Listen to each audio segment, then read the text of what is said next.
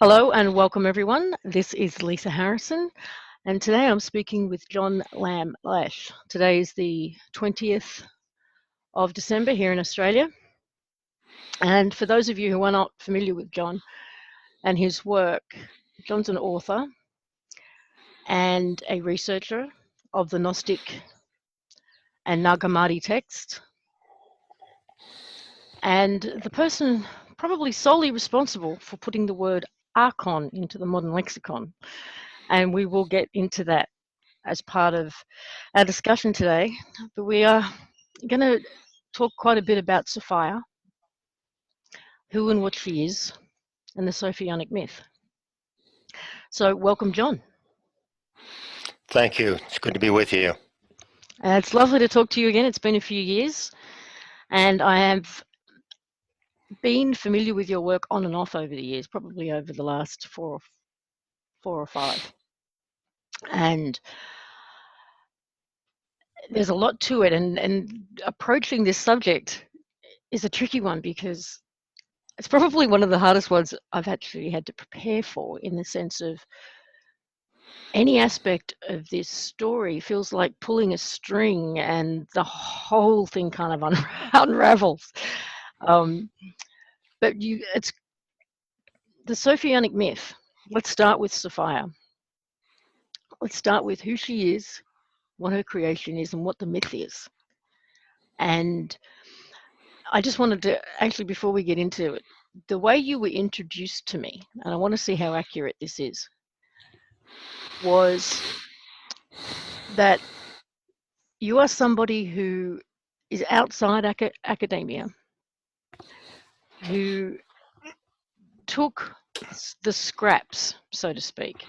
When the academic world looks at the Nag Hammadi and all the Gnostic texts, they have quite a considerable percentage of it that they throw into either the too hard basket or the not for public consumption basket.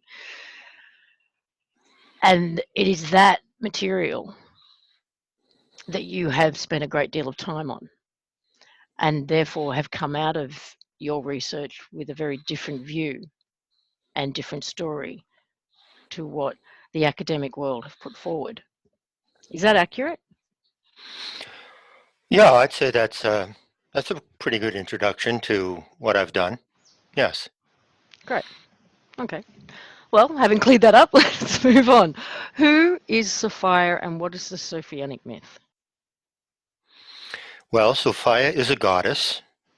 It's the name for a particular goddess. And the Sophianic myth is the biography of that goddess, the story of her life, as it were. And where did she come from? Who is she? Well, when I say Sophia is the name for a goddess, it's a leading line.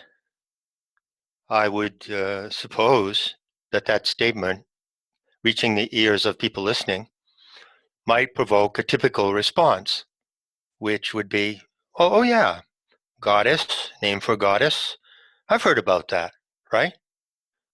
Tell me, have you, Lisa, heard of the names of certain goddesses ever in your life? Sure, I guess the Greek gods and goddesses. So name one goddess you've heard of. Isis? Okay, Isis, Egyptian. How about Athena, Greek? Athena, Greek, yeah. Aphrodite, Greek. Mm-hmm. Ishtar, Babylonian. Mm-hmm. Okay. Ishpapalotl, Aztec. Are they all personifications of Sophia? No.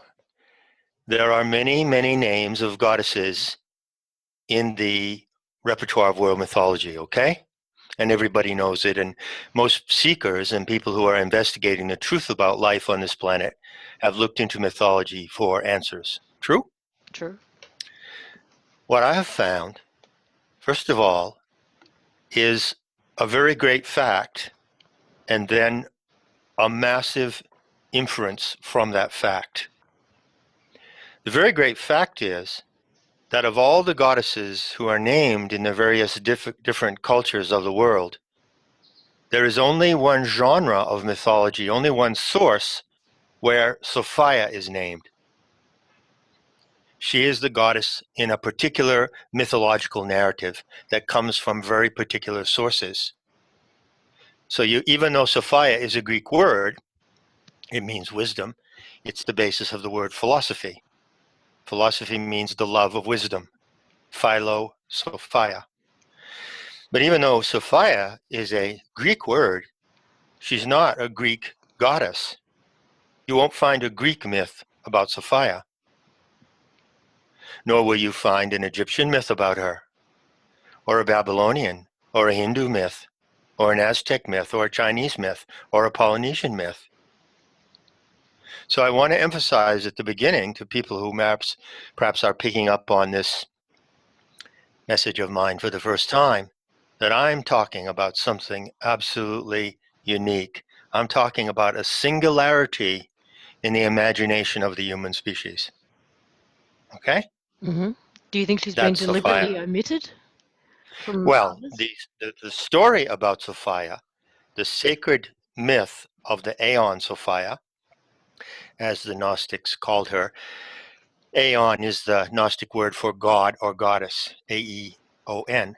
So I like to use the term the Aeon Sophia. It's a reverential term which recognizes her status as a galactic being, okay?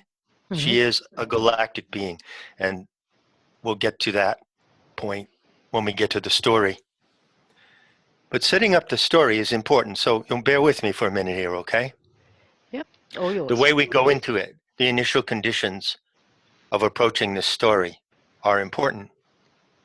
So what I want to get across here is first that it is a very great fact, it's not speculation or a claim, that the myth of Sophia, the biography of this goddess, comes from one source only, the Nag Hammadi Coptic Greek writings.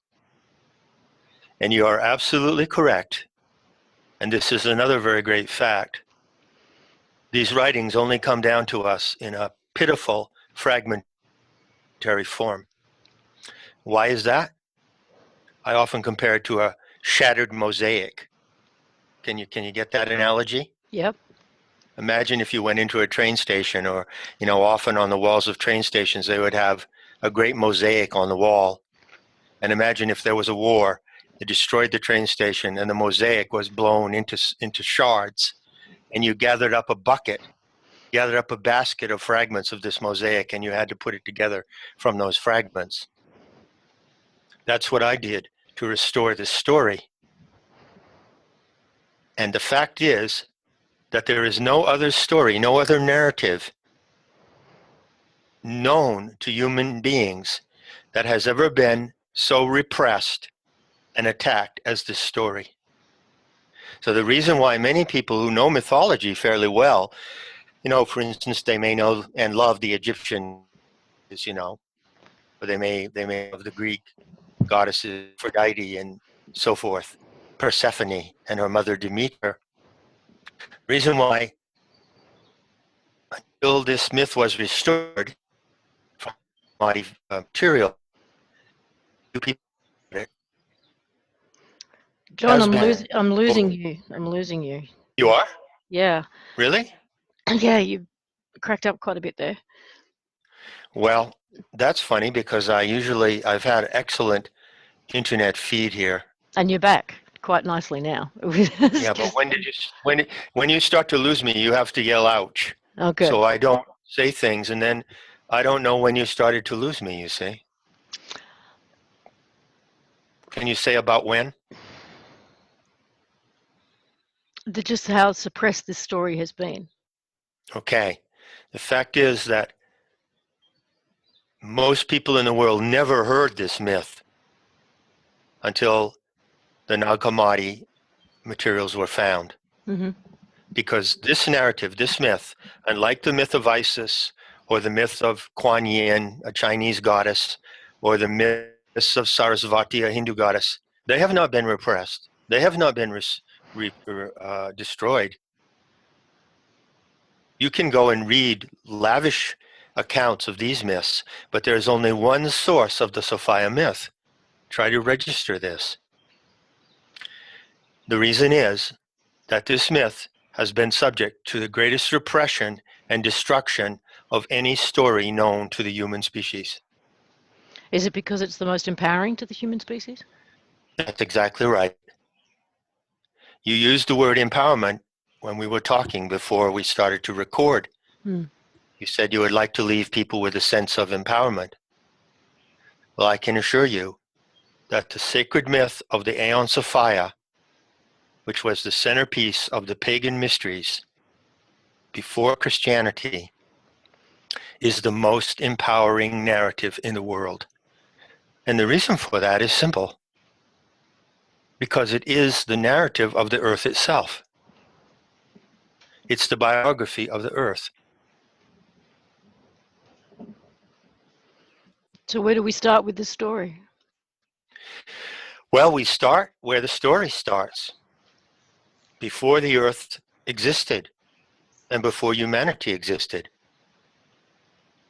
According to the materials that the Gnostics left, Nag Hammadi, and other Greek and Latin language materials related, which have to be pulled together for all the clues you need, to restore this story.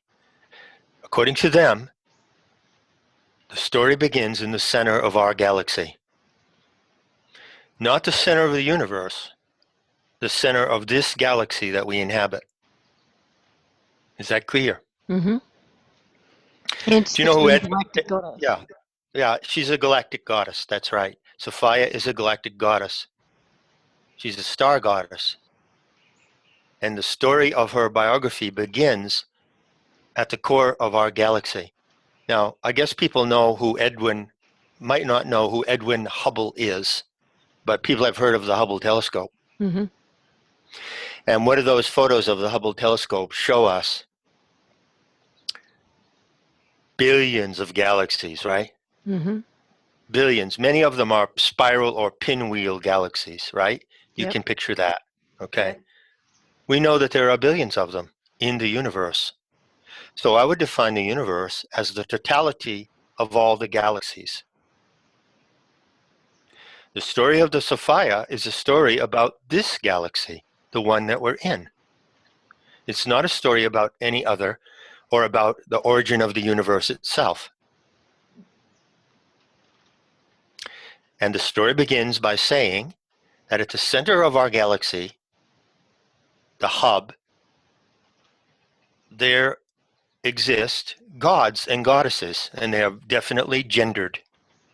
You could think of them as positive and negative charges, okay? Mm-hmm. They're not to be pictured as anthropomorphic forms. They're not angelic. They're not even powerful animal forms, although the power of the Aeon Sophia is often pictured as an animal, most often a lion. Okay? Gotcha. So, at the center of our galaxy, which is a four-limbed lenticular spiral, is a core, and the Gnostics called it the pleroma, which means the fullness, the plenitude. And in this pleroma, which consists of a pure light energy that is alive and substantial, by the way, the light energy of the core of the galaxy is substantial. It's material. It's like nougat. It has a substance. And this is pure star matter, of which stars are formed, but there are no stars at the core of the galaxy. There is only this raw matrix of divine living light. Mm-hmm. Is that picture clear? Yep. And in this light, there are various massive currents. You can imagine them as you can imagine it as a vortex of massive serpentine currents. And these currents, which are inconceivably huge and immense by human standards, are the aeons in the pleroma. And they are described as dancing and swirling around within the boundaries of the galactic core. Could this be what is also referred to as the void? No, this is not the void. The void is more like the space of the universe in which all the galaxies float. Okay. Okay? Mm-hmm. It's not the void, it's material. Don't have to go into any abstraction with it. Okay. Just keep thinking materially. Edwin Hubble, after whom the telescope was named, was the astronomer who discovered in the 1930s that we are in a galaxy.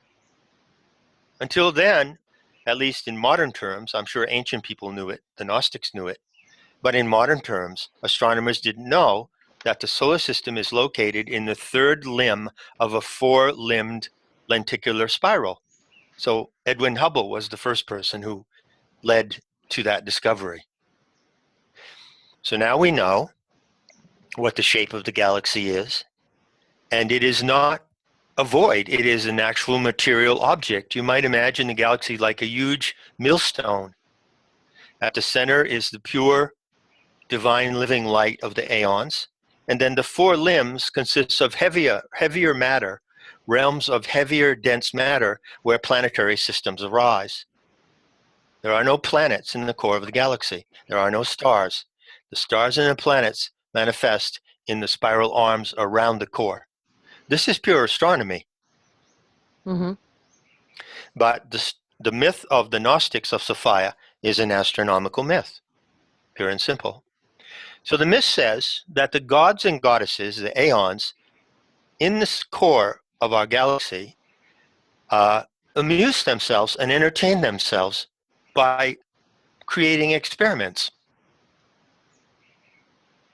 Now, it so happens that because of the structure of spiral galaxies and because of the material structure of evolution on the cosmic scale, planetary worlds arise and dissolve constantly in the outer limbs of the galaxy. Solar systems, stars, and planetary systems are constantly arising and constantly dissolving in the arms of the galaxy, okay? That's the big picture. Well, isn't that picture confirmed now by science over the last 10 years? Mm-hmm. Who has not heard about the many, many discoveries of other planetary systems like ours? Yep. Right? Yeah. So according to the Gnostic perspective, what we would do today to align ourselves with their visionary powers is to realize that these planetary systems, like ours, that arise in the galactic limbs are like laboratory settings.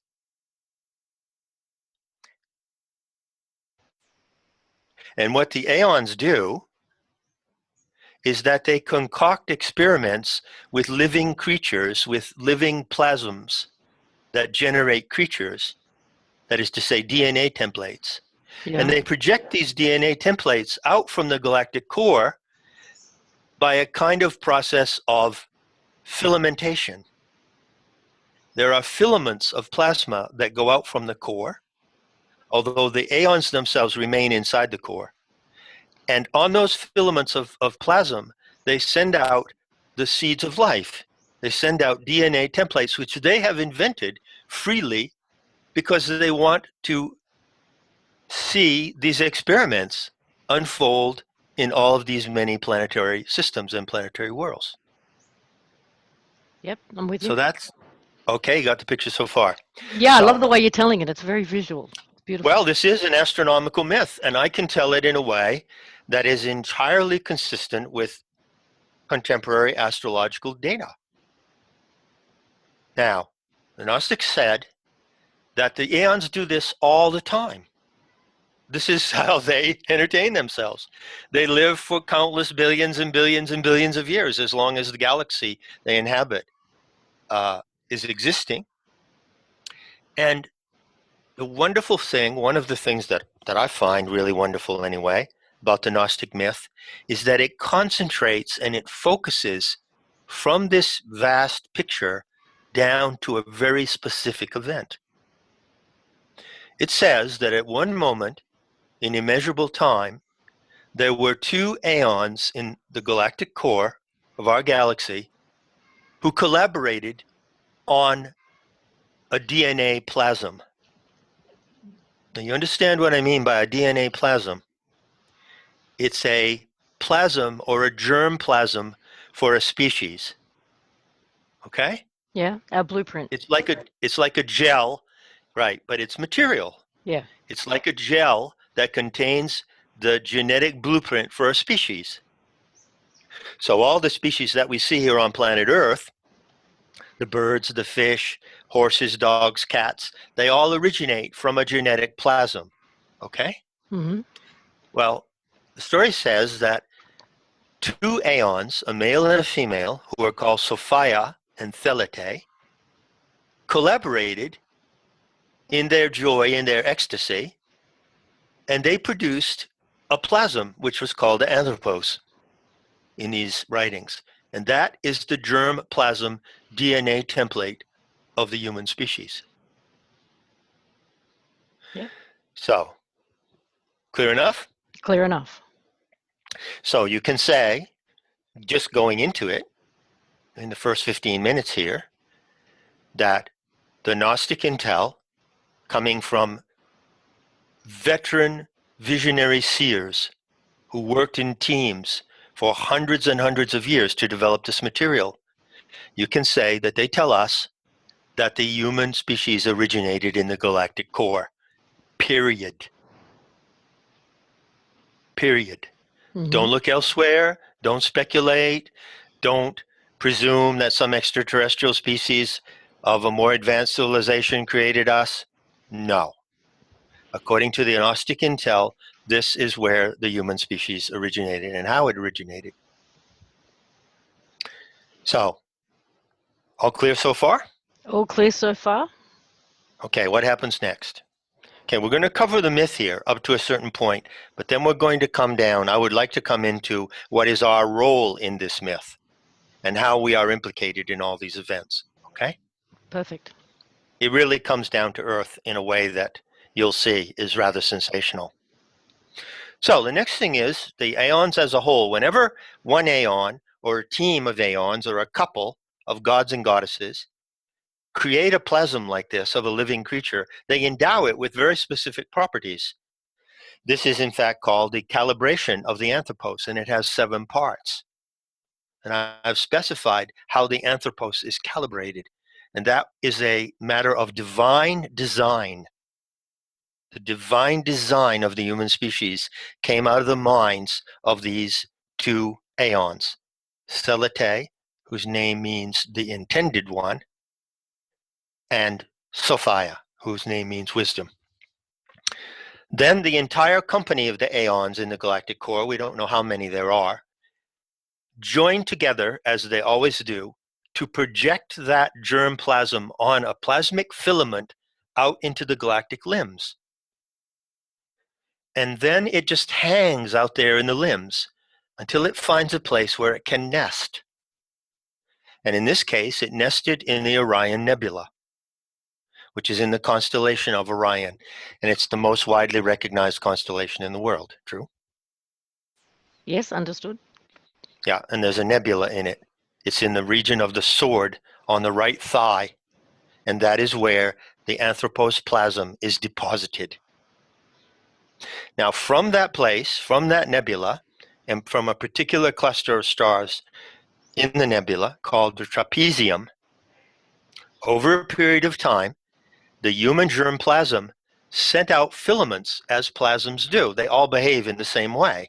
They behave like the mycelium of mushrooms. They send out filament threads. So it sent out feelers or filament threads, and these threads led to certain planetary environments that were floating, planetary systems that were floating in the galactic arms, and so the anthropos seeded itself in those worlds. Okay. This is called the theory of directed panspermia, which was proposed around 1900 by a Nobel Prize-winning scientist, and which was upheld by Fred Hoyle, the great astronomer, and by Lynn Margulis, the mother of the Gaia hypothesis. So again, I'm talking pure science, but I'm talking it from the visionary genre of Gnosticism. Okay? So I'm now with you here. okay, so now I want to take another analogy, and just imagine that the hub of the galaxy, the core, is like an observation booth. It's all glass windows all the way around. And the aeons, who you must not picture as in an anthropomorphic form, they're more like great serpents. You can picture them as great serpents if you like. are looking through the observation booth out at the galactic arms, and they're watching these various experiments unfold. And they're really interested because they like to see what happens in these experiments. They don't, the Aeonic gods, the gods of the Gnostics, are not omniscient, and they are not omnipotent. This is a lie. You have been told a lie. If you have been programmed with the concept that God is omniscient and omnipotent, this is a complete lie. There is no such God. It's just a control system concept to control you. The truth is that the Pleroma gods love to see these experiments unfold on their own terms. They want to see where they'll go, how they'll develop. They don't want to interfere. So they stay inside the observation booth, and they look out and they watch what happens. Say, the plasm of the anthropos creature seeded itself in different worlds. And according to the Gnostic intel, which I have combined with some Hindu mythology to get this particular feature, they observed actually that there were 9 planetary systems that received the germ of the human species before this one. Okay. And so they were able to observe from their lofty viewpoint as gods how humanity developed in 9 Earth-like worlds before this one. And they were very shocked by what they saw. Why so? Because they saw that due to the way that Thelete and Sophia had dosed the anthropos, the way that they had dosed the DNA with very high potencies, that the species kind of went wacko and destroyed itself or destroyed the habitat that it was in during these 9 planetary events. Where did you They get the thought, information on the 9? You said it was combined. that is from the 9, that is from the Hindu mythology of the avatars of Vishnu. Okay. Okay? And it is a piece of Indian Hindu mythology that I find to be compatible with the Gnostic mythology. So it's an addition that I've made. It's an elaboration. Now this gets to be dramatic because there's Sophia, along with Thelete, her counterpart, her tantric partner, if you will, and they have produced this unique, highly charged plasm of the anthropos, and they're seeing how it develops, and they're like saying, whoa, hold on here, folks. So it's almost as if it's programmed into it to self-destruct at some point. No. It develops in such a way that it can't handle its own power. Ah. That's not the same thing. No, it's not. It is not pre-programmed to destruct itself. On the contrary, it is pre-programmed to operate at a genius level of creativity, which Sophia, the mother of our species, sees in her child. She sees her child as a highly gifted child, and so does Thelete, the father of our species. And so they are shocked when the child goes wild because they have superdosed it. This is what you have to get. They have not just given it moderate intelligence, moderate sensibility, moderate capacity for violence, moderate capacity for love. They have given it extreme capacities. Okay. Okay? Yep. And as a result, they find that in 9 experiments, it can't handle its own capacities. And the systems crash. Well, the Aeon Sophia, needless to say, got deeply concerned about this. And then something really extraordinary started to happen. Well, as any mother would. As any mother would. I don't think it would be wrong to apply a maternal analogy here. First of all, she was so. First of all, they all say in the Gnostic accounts that Sophia was a young Aeon. Aeons can actually be young and old. So some of the Aeons in the Pleroma company had done many experiments with all kinds of different creatures, and they'd seen it all come and go. But Sophia was fairly new at this. She was like, say, a young mother. You could make her as, 18 or 19, very young. And she started to, in a sense, withdraw from the rest of the aeons in the pleroma, from the rest of the gods, and to become deeply preoccupied in her own self about this creature and what was going to be the fate of it. Because there had been 9 instances when the human plasm seeded itself in a planetary world. Well, there were going to be more, because there's plenty of plasm in the Orion Nebula. And as those filaments go out into space, they find hospitable environments, and another version of humanity pops up in another planetary system, you see. So she was like really concerned. And she started to do what the materials say was called dreaming unilaterally. Now, to dream unilaterally means that she pulled herself away from the other aeons in the galactic core, and she started thinking all about what she alone could do to remedy this situation. She took responsibility, and she also became consumed and compelled with an enormous passion for this particular creature. Her empathy for the human creature was deep, so deep, that it separated her in certain ways from the rest of the gods. You can see that? Okay, yeah. And then she began to think, like perhaps anyone would do, she began to construct in her mind. This is called the trimorphic protonoia. This is all technical. I can cite passages from the materials that I base what I'm telling you on. I'm not making this up. I'm making it up from the materials. Okay? Yeah. Trimorphic protonoia means that she said to herself, let's put ourselves in her mind right now. She said, I don't want this to happen again. And I think it happens because they don't have quite the right conditions in these planetary systems. They can't sustain their power, and the feedback loops that they form with their environments are too hard for them to manage. So I think I would like to see humanity emerge in a 3-body system. This is called the trimorphic protonoia. Trimorphic means 3-form. So she was like dreaming or envisioning an ideal situation where the anthropic plasm could emerge. Do you get that? Yeah, yeah. And she pictured that it would consist of a planet and a sun, star, and a moon satellite, and that would be all. Now, we know today from the latest astronomical findings that it's very, very probable that such planetary systems do exist. Yeah. So again, this is consistent with astronomical science today. Then something really extraordinary happened. Really extraordinary. There's a line in the Gospel of Philip from Nag Hammadi, which is perhaps the most sensational line in all of that material.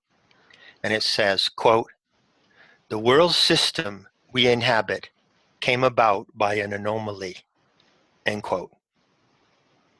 Now, scholars usually translate that last word, anomou, it's anomou in Greek, as mistake. But I think it is more properly translated as anomaly. So there was an anomaly in the cosmic order. This is incredible, incredible intel. Well, especially if you're under the belief that God makes no mistakes. Well, it blows that out of the water, and it also makes that a very boring story, doesn't it? Yeah. Sophia didn't make a mistake, but she did something.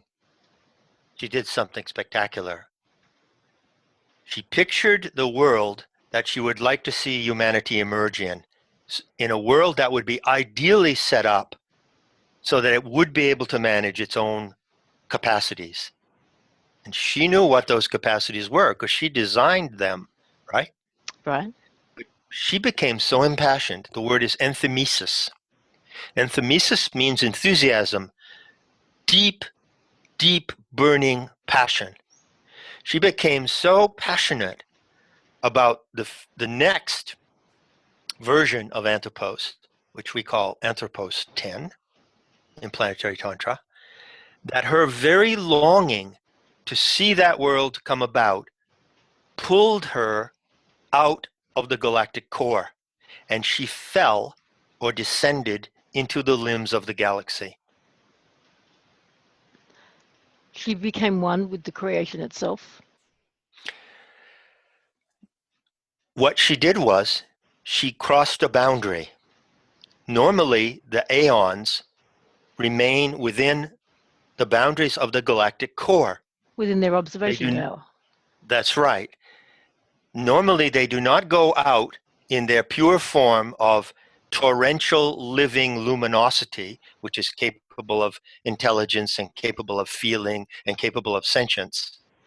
Normally, they do not go out into the area of the galactic limbs where there is what we would call heavy matter, elementary particles, dust. Heavy matter doesn't exist in the galactic core.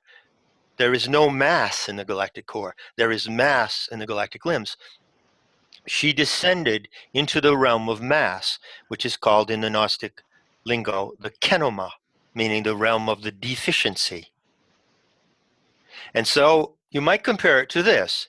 You know, the Eden Project was like geodesic domes that scientists set up. And inside these domes, they created an environment with plants and animals, and then they observed it, right?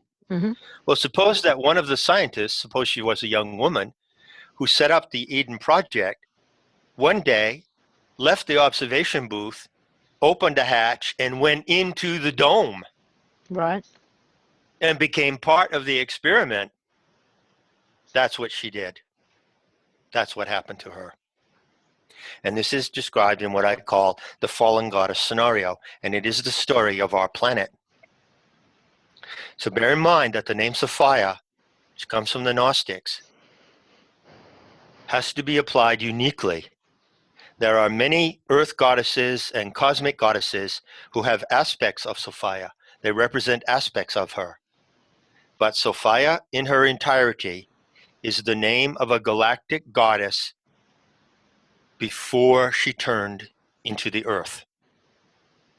Because another anomaly that happened as a consequence of her plunge was that she actually materialized into the planet that she had previously envisioned for humanity. Okay, I see that. That bizarre situation is the core of one of the main events of the Gnostic narrative. And I assure you that you will not find this story anywhere else in the world in any other myth of any other culture. That I believe.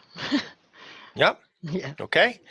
So now let's just make a couple of more points about what happened to Sophia, and then we can come around to us, because we are also in this story, aren't we? Yes, very We much are so. Anthropos 10. You can call us Anthropos 10.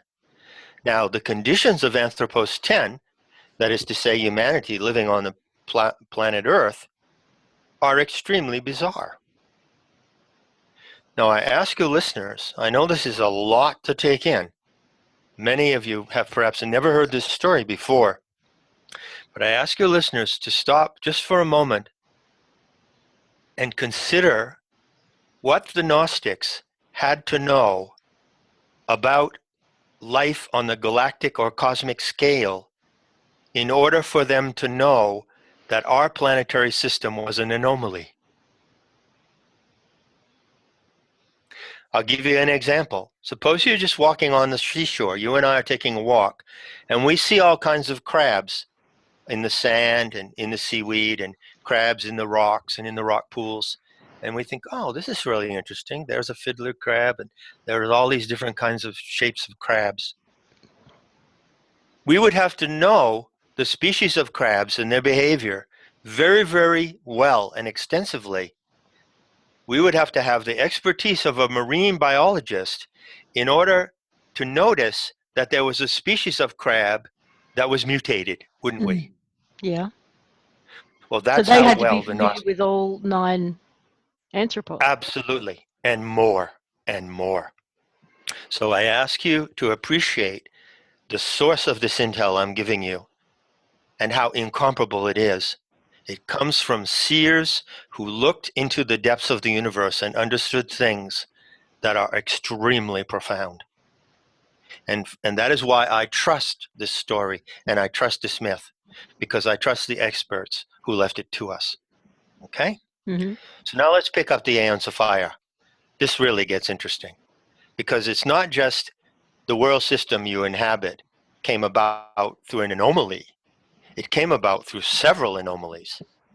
3 to be exact. The first anomaly is she plunges from the galactic core. Okay? Which would have set off a series of events of anomalies. Yes, it did. It did indeed.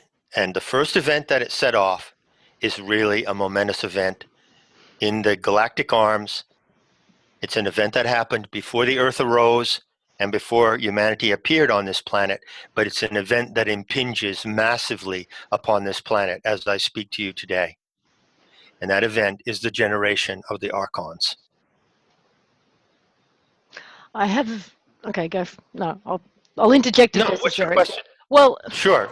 and so what I see is I have this visual of she's being sort of pulled out of the pleroma, pulled out of her Right. place, and in the process, because the seed had already been planted for the human genome, uh, that's a creative act. Her Right. being pulled out is a creative act in itself. Yes, So another kind of creative act. something, yeah, another kind, not an intentional one, but something had to Right. result in it. That's And right. it's almost as if it's an aborted parasitic twin of the original intent. Well, that's in a way what it is. That's in a way what it is. Because what happened was, you bring up a very good point, Lisa. Thank you. Bear in mind, as you follow this narrative, that the germplasm of the human species is already out there in those limbs. Yeah, It's nested in the Orion Nebula, okay? So she goes in that direction. That's where she goes, obviously, because that's what has fascinated her so much. of course. And so if you imagine, there is a thing that I learned. I wrote this myth and I restored this myth completely in early 2000, and then I published it on metahistory.org, and I published it in Not in His Image in 9 episodes. And not too long after I published this myth, I read an article, scientific article, that said, oh, well, did you know that scientists who study our galaxy now know that there are spikes or plumes of stellar material from the core of our galaxy? Mm.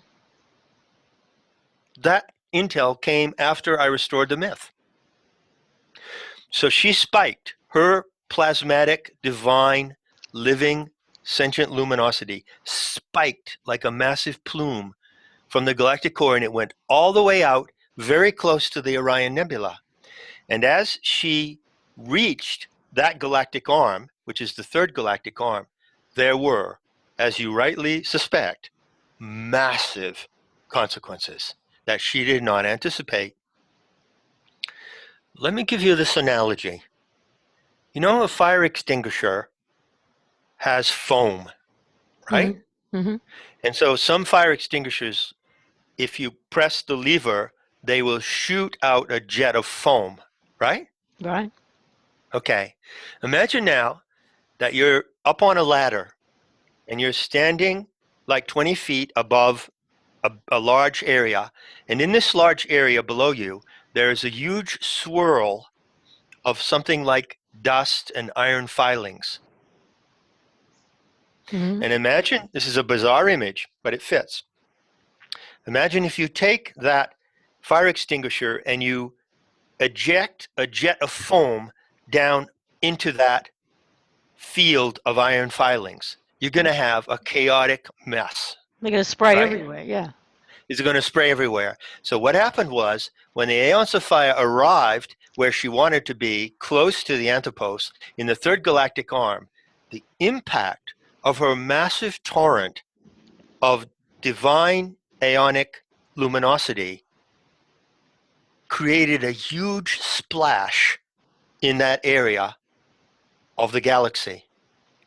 And the result of that splash, however, would not be like the result of this silly little analogy, which would be just pure chaos and disorder. Because an aeon is a living being of an order of super life, exponentially, thousands of times more complex and alive than a human being, the living quality of the Aeon Sophia imparted itself to that chaotic mass of matter. And the result was that it produced a freak aborted species called the Archons. Makes sense. Does it make sense to you? I'll give you another example of confirmation. You've probably heard of this. Go on the internet and Google the Acari insects, A-C-A-R-I. It so happens that in 1830, a young British scientist managed to produce tiny insects, mites actually, by the discharge of electricity into a field of finely ground particles. So it is a known scientific fact that electrical or plasmatic force, electricity is a form of plasma, can actually produce insect-like creatures by a spontaneous generation. It's called abiogenesis. The abiogenesis of the Acari insects is a real fact, my friends. And it describes in microcosmic terms something like what happened when Sophia, our divine mother, produced the Archons. They are our freak cosmic cousins. And they are described in the Gnostic material as an abortion. They are in the form of a prematurely aborted fetus. You know what that looks like. Big round head and spindly limbs. Well, you're describing what everyone refers to as the Greys. That's right. So the Gnostic intel tells you how the Grey Archons originated, and it also says that there is a secondary form of the Archons produced in this manner, and that is the Dracona form. What would that be? The reptilians that we hear so much about, yeah. So the Gnostic intel contains, I swear to you, this is a fact, the earliest concrete description of the reptilian and gray ET types.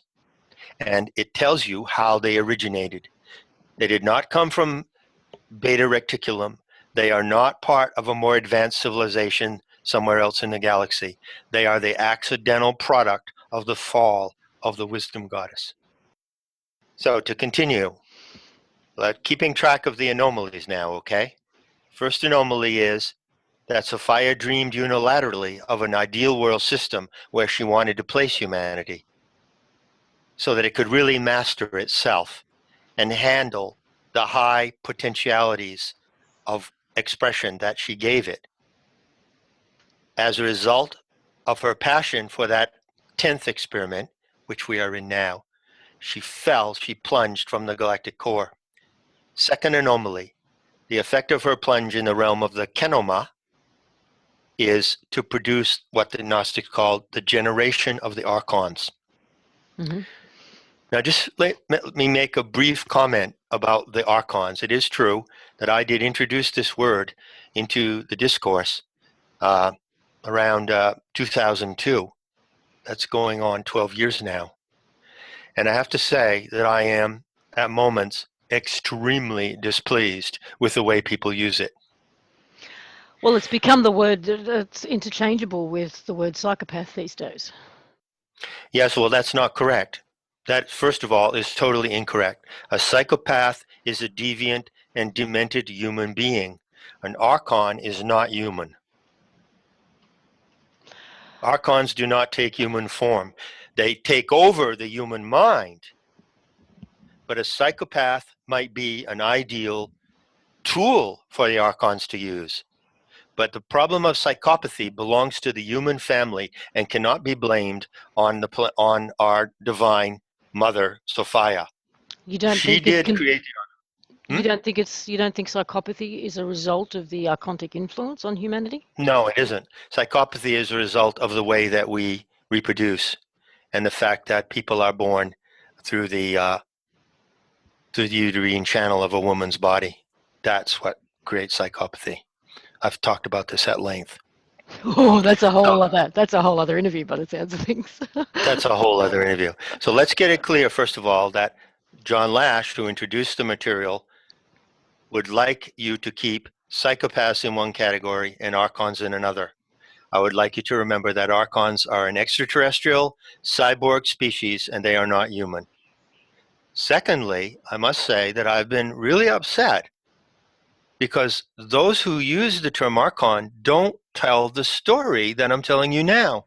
Mm. They think that they can take this Gnostic intel, which I provided to the world, and use it in any way they like. And that is stupid, it's irresponsible, and it's extremely misleading.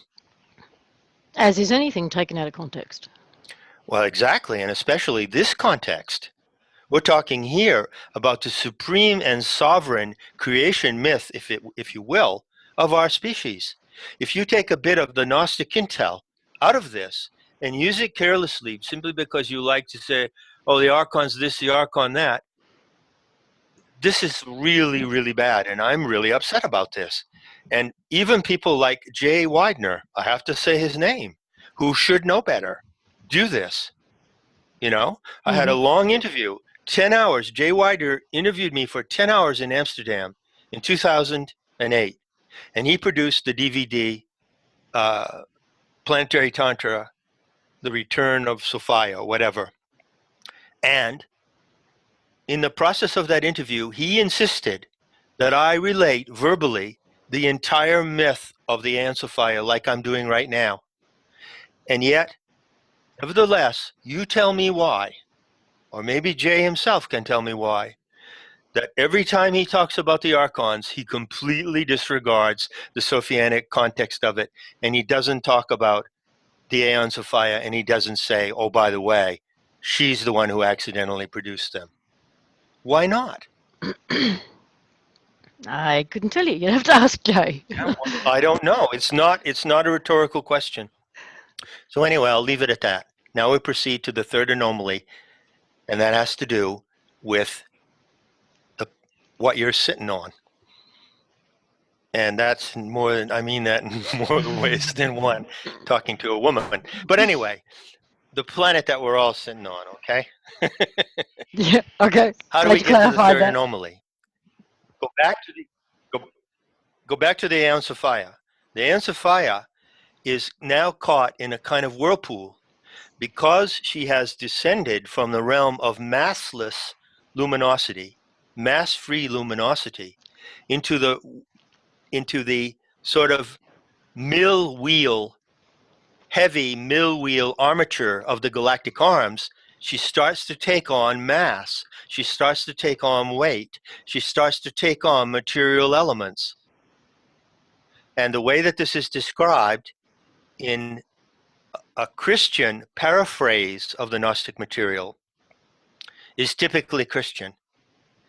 The text of the Apocryphon of St. John, in its Christian version, Christian paraphrase, says the Aeon Sophia committed adultery with the Archons. That's a very puritanical image, isn't it? Mm-hmm.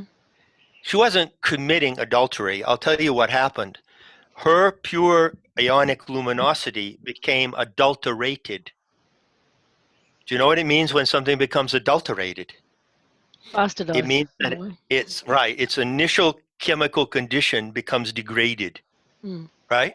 Mm-hmm. So she didn't commit adultery with the Archons. Her organic light, which is the substance body of an aeon, became adulterated, and she began to materialize. Aeons are not material. They are of a different sort of material, but they are not of the material in the galactic arms. They are of the material of the core. Okay? Yeah, yeah. And she began to spin. She began to tighten. She began to move into what you could call sort of an embryonical position, a fetal position. This is called the Tiamat, or Ouroboros, the serpent eating its tail. Mm-hmm. And she compressed, and she condensed, and she materialized. And because she was still dreaming the same dream for humanity that she had when she was in the pleroma, she dreamed herself into the material earth, and she became the earth. And you are presently inhabiting the body of the Aeon Sophia. So the Gnostic intel, you got to give it its due. Whether you believe it or not, whether you like it or not, I don't really care. Excuse me, I got to fix this. There we go. The Gnostic intel says the origin of the human species is in the galactic core by design of Sophia and Thelete. The origin of the Earth itself is in the third galactic arm by the transmutation of Sophia herself into the planet Earth. She morphed into the planet Earth. She is the Earth. Sophia is a name for the planet Earth. Overall, it's a very beautiful story. It's an incredibly beautiful story, and it gets more beautiful. People tell me that their lives have been absolutely transformed by this story. It gets more beautiful the more you contemplate it, the more you place yourself in it, the more you feel the story and feel the consequences. And we'll get now, shortly, I would like to get to what are the consequences of this situation. Mm-hmm. But I want to add one more detail of the story. You know, it is a complex story, you have to admit. Yes. It is a complex narrative. But you know, among the Navajos, the elders of the Navajo tribe would used to take 3 days to relate in the Kiva, to relate the sacred narrative of their creation story. How long does it take to sing the song lines of the Aborigines, which is their versions of a creation story? Yeah. Days, right? Yeah. Days. So can you, as a human animal living on this planet, once you've been told that the planet itself is the body of a star goddess who turned into a planet for our sake, can you take a couple of hours and listen to the complex structure of this story? It's not much to ask, you know? Mm-hmm. So here's another detail, and the final detail I'll give in the cosmic perspective. As the Earth was forming, and as Sophia felt herself transformed into the Earth, she felt many things. She felt many emotions. And the Christian paraphrase of the myth that is found in the books of Irenaeus describe how she felt fright and fear and joy and trembling, and how her emotions as a goddess actually materialized into the sky, the earth, the mountains, the oceans, the wind. It's an absolutely vivid and palpable description of an event that really did happen, and this is how it happened. And So as you're that saying that event every was happening, tangible, physical aspect of our environment is an expression of her emotions. absolutely.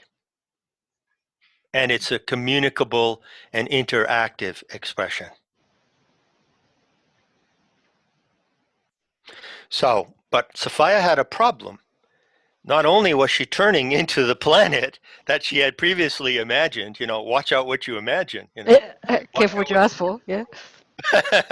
but she had this Archon infestation going on. It's sort of like, I would give you an example of, suppose that you are a woman at a loom, and you are involved and deeply absorbed in creating a magnificent tapestry on this loom. That is the tapestry of the elemental composition of the earth, the gases, the minerals. She's dreaming all this, and she dreams it now as I speak. She dreams it and creates it now as I speak.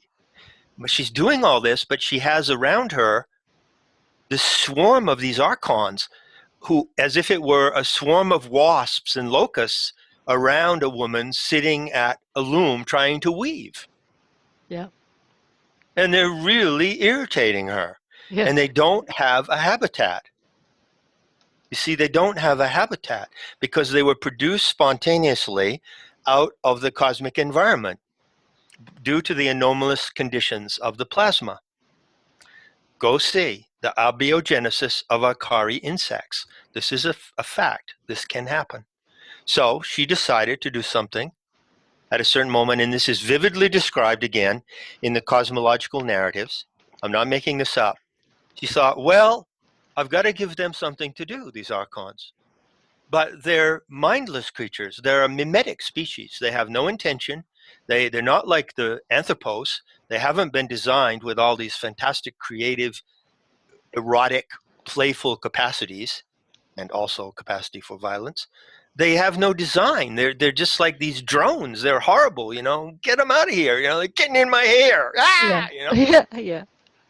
So what she did was very clever. She projected into the mind of the Archons, which is a hive mentality, a flash or splinter of her own aeonic intelligence. And it was enough intelligence to give them the capacity to create their own habitat, and they did, and that habitat is called the planetary system. It's called in Gnostic writings the stereoma, S-T-E-R-E-O-M-A, which scholars translate as the fundament. What is the fundament of the heavens? It is the inorganic planetary system of the Archons, exclusive of the sun, moon, and earth. Why is it exclusive of the sun, moon, and earth? Well, she already created that. She already envisioned That's right. The sun, moon, and earth are the direct products of her dreaming power, and they represent the ideal planetary laboratory where humanity can unfold in a way that it can handle its own power. It can learn to master its own power in the trimorphic system, using the sun to help us and the moon to help us, and learning from the environment of the earth itself. We can master the design that Sophia invented for us. And in the meantime, the Archons live in the planetary system outside of us, and that is an inorganic planetary system. So that's Mercury, Venus, Mars, Jupiter, and Saturn, those 5 planets principally. And so that solved part of the problem, but now we're going to come down to what we're looking at in the world today, because it didn't solve the entire problem. No, not by any means. You won't get First of all, huh? You won't get any You won't argument get an argument on there. That's right. We see the problem coming, right? The Gnostic texts say, and again, I'm not inventing this. Believe me, you can go and rake through the texts 50 times the way I did, and you'll find it all in there in fragments. They said, the Lord Archon, Dabayot, is a shape-shifting reptilian, Dracona. And he is blind, which means he only sees by radio frequencies, not by eyes. He doesn't have eyes like a cat or a horse or a human animal. The Archons are blind. They only see by radio frequencies. And because his range of radio frequencies as a Lord, he's called the Lord Archon, only extended to the boundaries of the solar system, which Sophia generously allowed him to believe that he created, he comes up and he says, well, I guess I'm the Lord of all creation. And there cannot be anything else but me, because I don't see anything else beyond this planetary system that my Archon cyborgs have constructed. Do you get this picture? Yes, I mean, I do. this is like, whoa, you know. And He's in his own little bubble, and he thinks that that's all he's there in is. his own little bubble. He thinks he's the Lord of creation. He's like Jehovah. He's like Yahweh. Thou shalt know no other gods for the entire universe. And then the Archons, operating in the celestial mechanics of the planetary system, they see something. It's like a fly captured in a spider's web. What is it? It's a beautiful blue-green living planet that has been captured in the archontic planetary matrix. The Gnostic intel is the origin of the conception of the matrix. It is the origin of the conception of the prison planet meme. So And going back to the analogy of Sophia at a loom, a woman at a loom, right. being surrounded by these wasps that are in her hair, and she gives them the ability to create their own environment, but they create an environment that is large enough to encapsulate her and the loom. That's right. She is a witch, the woman at the loom, of course, obviously. She would be, wouldn't she? Mm. And she has the mental power to project her mind into those locusts and wasps and to direct them in a way that they could not direct themselves. So they create the celestial mechanical system. That solves the problem of them harassing her all the time. That gives them a habitat. But the earth, that is Sophia's own body, becomes captured in that archonic system. Mm-hmm. And it gets worse. It gets worse. Because the Archons, of which there are billions and billions and trillions, once they create the planetary system, it for them is only like a stupid mechanical toy. It's like a Ferris wheel at Disneyland. Because it doesn't have the living properties of what a world system that Sophia herself would create. You see the difference? Yeah. It's like an erector set version of a living animal. You can have like a living horse, a pony that runs and jumps. And then you can have like a stick figure or an erector set version of that pony. A carousel. Right? A carousel. They created an erector set carousel, and they maintain it. They are the technicians of the planetary system, exclusive of the Earth, Sun, and Moon, and they're extremely bored. And it so happens because their system is mechanical, as we know, and it runs like a clock. And yet there, captured within their system, is an extremely interesting place. And so all the Archons, including the reptilian overlords, turn their eyes to the Earth.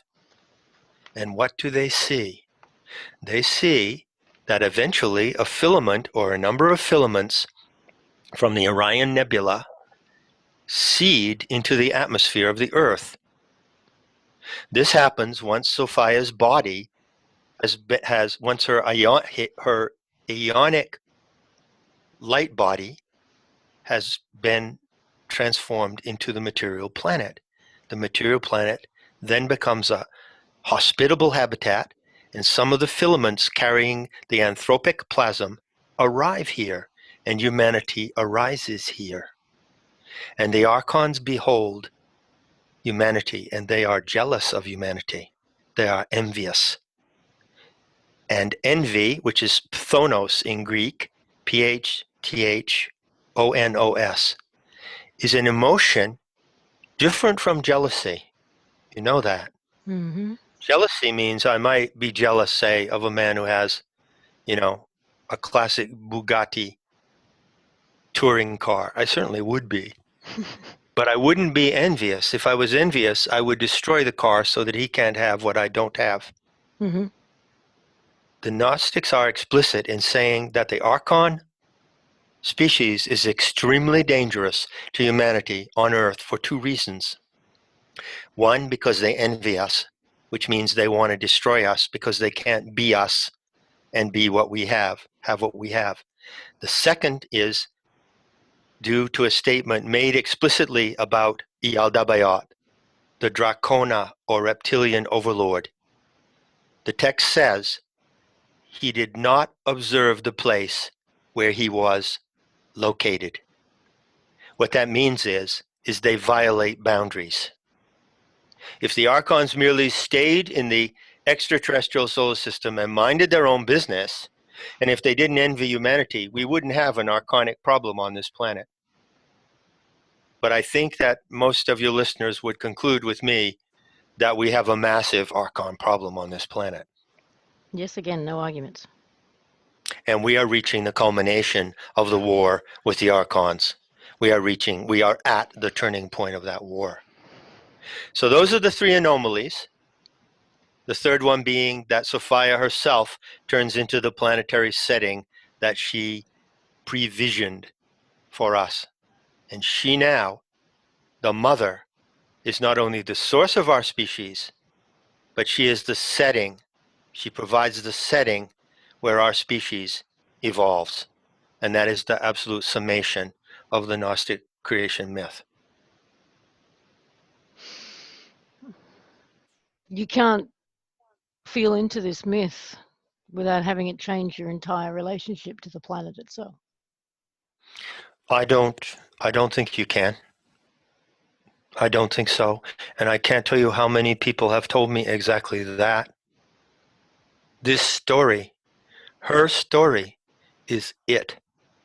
It is our story as well. And it is in this sacred narrative that we find ourselves as a species and as individual members of that species. And this experiment that in which she placed us has design features that are totally astonishing once you get to test them and know them. One of those design features is that the human animal is equipped with a power of imagination so great, so in excess of other animals, that we can understand and encompass her story. She designed us to be able to know her story. You see the beauty of that? Yeah. And in addition, it gets better. She designed us to be interactive with the planet that we are on, and to be interactive with so-called nature. Well, what is nature? It is nothing but the emotional, biological, and geological and atmospheric body of Sophia. So what is Sophia's next move? I mean, you talk about Sophia's correction. That's that right. Began in March, I believe. That's right. That's right. When I restored the Gnostic myth and put it in Not in His Image in 2006, there was one tiny little detail of the narrative that I kept back in a way. I didn't really keep it back. I just did not speculate on its meaning, okay? Mm-hmm. A couple of the cosmological texts use the word diorthosis. It's a Greek word, which is translated as correction. And it appears from the surviving materials, which, as I say, are very fragmentary and sparse, but it does appear that the Gnostic seers who were destroyed with the coming of Christianity saw ahead to a moment when Sophia would correct the experiment from within. She would come to the aid of humanity, and she would correct the problem of the Archons, and she would also provide humanity, the human species, with the power and knowledge to reach that ultimate mastery that she intended for it. I mean, how beautiful is this?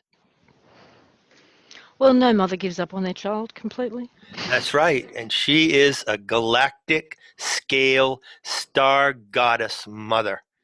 And she is now what I call the planetary animal mother, because the planet is an animal.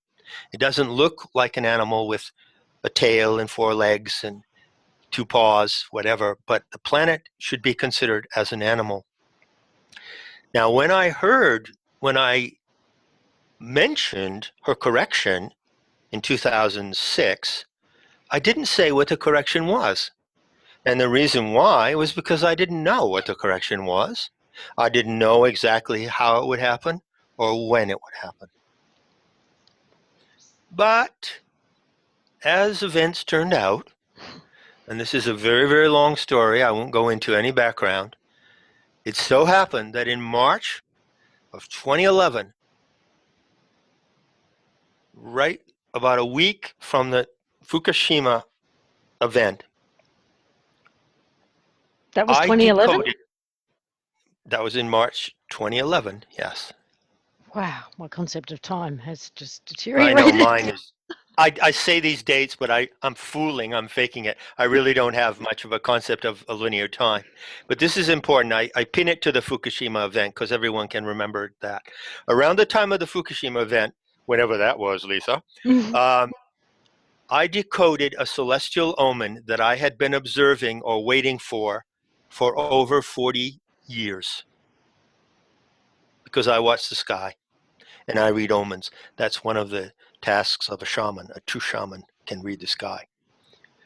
I read this omen, and this omen told me, unbelievably, that the correction of the Aeon Sophia was current, and that it would take 10 seconds of her time to reboot the whole planetary system and put it on the course of correction. What was that anomaly? That anomaly was that the barycenter of the Earth-Moon system, which rotates within the material body of the Earth, reached a velocity exceeding the speed of sound. That was the anomaly. It was an actual, factual, geophysical event. Oh, Supermoon. I think I remember this. There was Do you? there was something. It was a sound that was recorded. That's right. Suspicious There were many observers sounds that were recorded. put it out. That's right. That's I right. remember that. Yeah. That's absolutely right. First of all, there were many sounds recorded, which many of them sounded like nautical sounds. They sounded like the sounds of a ship under the stress of high seas. Yes. And I explained in the GNE, the Gaian navigation experiment, in the briefings, I explained that these anomalous and weird sounds, although some of them, of course, were faked on the internet, so you have to cut out the ones that were fraudulent. The genuine ones represented the stress on the mother ship, on the mother planet, as Sophia began to free herself from the capture of the Archontic planetary system. Sophia is going rogue. She's going toward being a rogue planet. That is to say, a planet that has no other planetary system around it. And we are living in the first seconds of that event. And it's detectable. So you're saying the planets that we see around us will slowly start to disappear from our skies? That's right. The planetary system itself is already rapidly changing. Jupiter, in particular, which is intensely involved with the correction of Sophia, has been changing. And it's interesting that that anomalous sound, he called it the 14-hour anomaly, that was reported on suspicious observers, was a login signal between Sophia and the galactic center. During that period of time when that sound was heard, and you could hear it audibly, I heard it audibly, and so did other people. During the time that that happened, she logged back on and restored her connection to the galactic core. And when that connection was completed, this is absolutely amazing. When that connection was completed, the surge of power between the Earth and the solar system going to the galactic core was so great that it blew out a hole in Jupiter. Do you remember that? Yeah, so she basically was able to reconnect, like, as you said, get back online. So it's like, that's right. Her internet came back on and her connection was reset with the pleroma, the core, there you her go. home. There you go. There you go. And in the GNE, the Gaian navigation experiment, I tracked with the crew of the GNE that event day by day and moment by moment. And I want you to know that I tracked it on real astronomical events and real astronomical alignments and data. And so we determined that in that period, in that summer, up until the first week of September, she reestablished alignment with the galactic core. This is the true meaning of galactic alignment. And now she can effectuate her correction with the assistance and witnessing of the entire galactic core. And it was special assistance from her counterpart, Thelete, who's represented by the planet Jupiter, who works through the planet Jupiter. This is a momentous event, but it gets even better. Why would he be working through Jupiter if Jupiter is part of the... The reason is because, remember, the beauty of the story, if you stay in the narrative and stay in this story, don't go to other stories for a while. Just stay in the story and go over the plot over and over again. And you'll find that the story itself provides the answers of the questions that it prompts. Well, that's a very good question. Well, why would Thelete use Jupiter? Well, there are two reasons. One is because remember that the Archonic planetary system is just a Mickey Mouse Disneyland construction that Sophia allowed the Archons to construct, thinking they did it by themselves. Right. So she could have some peace of mind as a multitasking mother while she turned into a planet. Okay? It's like using the TV as a babysitter. That's right. And so, if someone wants to send a message of truth through the television, they can do that too. Gotcha. If they take over the television with telepathic or psychotronic powers and use the television to talk to the kids who are entranced in front of the television. Just as a true psychic or shaman could do that, Thelete, acting from the galactic core, could use the biggest planet in the solar system, the gas giant, to transmit and coordinate with Sophia. Okay, now it makes sense. Right. Yeah, that makes sense. And so by following certain events that have happened with Jupiter physically, I mean, the change of Jupiter in those 3 years, 2011 to 2014, was noted by scientists with their jaws on the floor. It changed color. It lost its yellow stripe. You know, the Aeons can do anything they want with the planetary system, which they allowed the Archons to create. And eventually, Sophia will shed that system, and she will become what is now recognized to exist in our solar system. That is, rogue or roaming planets that are not attached to any other any planetary system. That is part of her journey, part of her liberation, and her return to the core. You said earlier on that there have been 9 anthropos before. Previous. Right, that's right. And that these systems are coming into and then out of, dissolving, coming into creation and then dissolving. Is this archontic creation going to literally dissolve and take everything with it, or are we just being removed from it and it will continue to exist but no longer able to interface? It's my sense that the Archonic planetary system will drop away like a carapace, you know, like the carapace of a butterfly that emerges. Mm-hmm. Or a better analogy, actually, is a dragonfly, the nymph of a dragonfly. I use that analogy in the G&E. I explain that the metamorphosis of Sophia, by which she achieves her rogue or roaming planet status, still with the Earth and the Moon. She still retains the Moon and the Earth because they are part of her original dreaming, right? Mm-hmm. Yeah.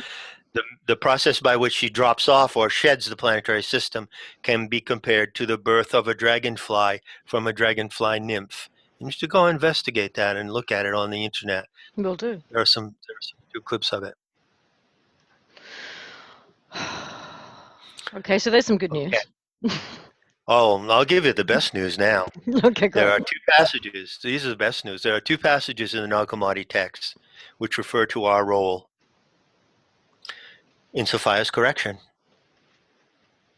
Okay. One passage says that when she was in the galactic arm, before she turned into the Earth, she saw the Archons. They had created their planetary system. It's described in great detail. It's like the heaven of Christians, you know, with angels guarding gates and all this. It's like, I call it like a mafia palace guarded by angels, you know, and terrible reptilians crawling around and all that kind of stuff. She's looking at the Archonic paradise world there, and she sees the Lord Archon sitting on his cloud, the head reptilian, Yaldabaoth. And she says to him, "You are blind," or Saklas. Saklas means blind in Aramaic. "You are blind," and he is. I'm telling you, the Archons are blind. And you will be destroyed at the consummation of your works. I know it. It will be done by that luminous child, to which she refers to humanity.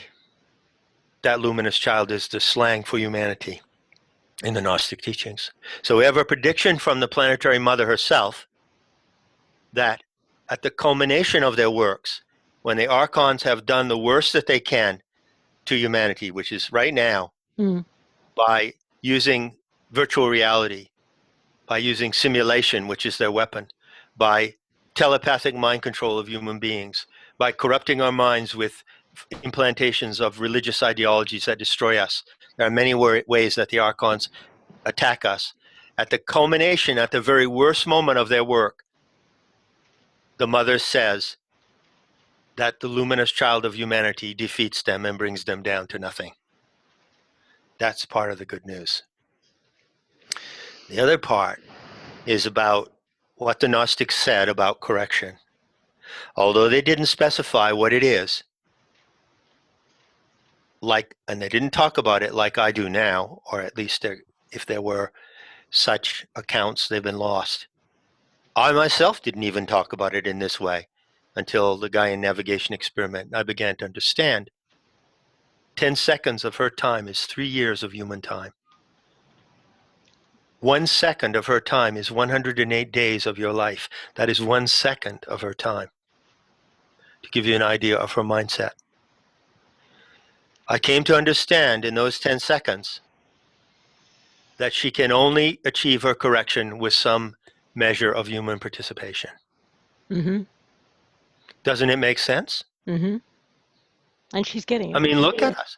And she's getting it from many angles. Look at us. We are, as it were, the darlings of this experiment. We're also the demons of this experiment. She knows what our self-destructive abilities are. We were not designed to be self-destructive. She knows that too, because she designed us. And she knows how we need to act in accord with her correction. There are many, many things we can do, but I would like to say in the conclusion of this interview that there is one supreme thing, one supreme commitment and challenge for humanity to participate in her correction. That being? Eliminating social evil and terminating the enemies of life. You know, John, I know that you said the combination of this interview, and we have been at this for 2 hours.